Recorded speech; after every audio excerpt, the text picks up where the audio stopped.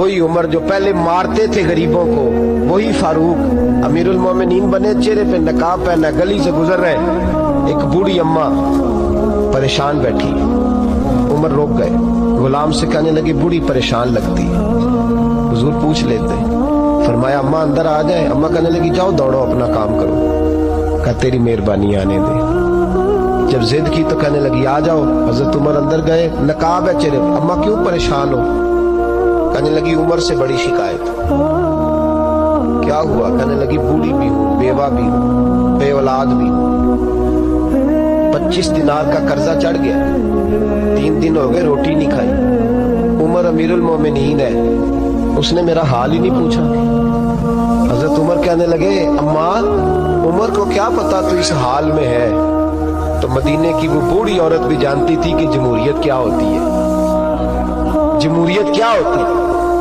اماں عمر کو کیا پتا کہ تو اس حال میں ہے؟ تو وہ اماں بولی، کہنے لگی کیا کہا تم نے؟ عمر کو پتا نہیں؟ تو عمر کو جا کے میرا پیغام دے دو کہ حکومت چھوڑ دے، اس کے حوالے کرے جو غریبوں کا پتہ رکھ سکتا ہے، نہ ادھر ادھر کی تو بات کر، یہ بتا کہ قافلہ کیوں لٹا؟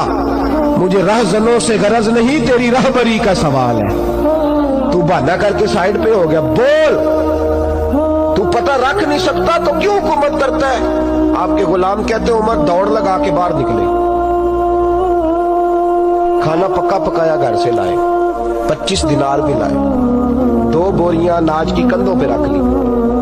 غلام کہنے لگا حضور مجھے دے دیں، فرمایا وعدہ کر قیامت کے دن بھی میرا بوجھ اٹھائے گا؟ حضور میں نہیں اٹھا سکتا۔ عمر لائے، اس بوڑھی اماں کو 25 دینار دیے، 2-3 مہینے کا راشن دیا، کھانا کھلایا۔ یہاں تو جس کا 200-400 ووٹ ہو اسے ہے کوئی سردار چودھری پوچھ لے، غریبوں کو کون پوچھتا ہے؟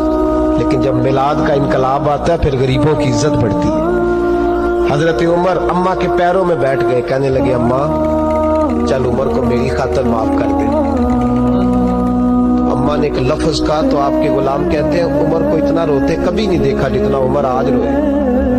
اماں کہنے لگی میں کوئی نہیں معاف کروں گی، میں تو بوڑھی ہوں، کسی وقت بھی بلاوا آئے گا، جب میں مروں گی نا نبی پاک میری قبر میں آئیں گے تو میں عمر کی شکایت لگاؤں گی، میں کہوں گی محبوبہ میں غریب نہیں، مجبور، پریشان، آپ نے اس کی ڈیوٹی لگائی تھی، اس نے میرا حال نہیں پوچھا۔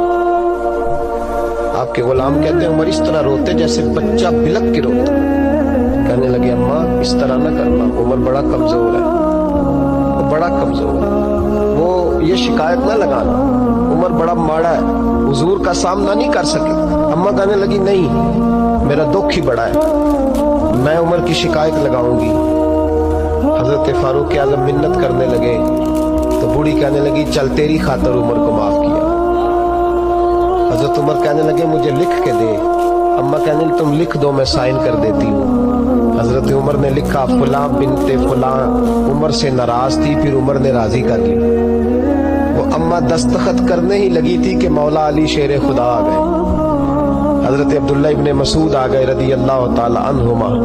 اندر آتے ہی کہنے لگے عمر یہاں کھڑے ہو، میں سارے مدینے میں ڈھونڈ آیا ہوں، وہ ملک شام کے کچھ سفیر ملنے آئے۔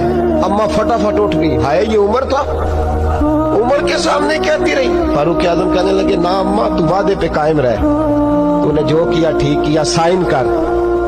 اماں نے دستخط کیے تو حضرت عمر حضرت مولا علی شیر خدا کرم اللہ تعالی وجہ الکریم کو خط دے کے کہنے لگے علی گواہ کے سائن آپ بھی کر دو، عبداللہ بطور گواہ تم بھی دستخط کر دو۔ جب سائن کر دیے تو حضرت عمر نے رکا لپیٹا اور حضرت علی کو دے کے کہنے لگے علی مجھے امید ہے میں تم سے پہلے دنیا سے چلا جاؤں، جب میں مر جاؤں تو یہ رکا میرے کفن میں رکھ دینا۔ میرے نبی نے اگر پوچھا عمر میری امت کا کیا کر کے آئے ہو تو میں رکا نکال کے عرض کروں گا مولا ایک بوڑھی اماں ناراض تھی، میں اسے بھی راضی کر کے آیا ہوں۔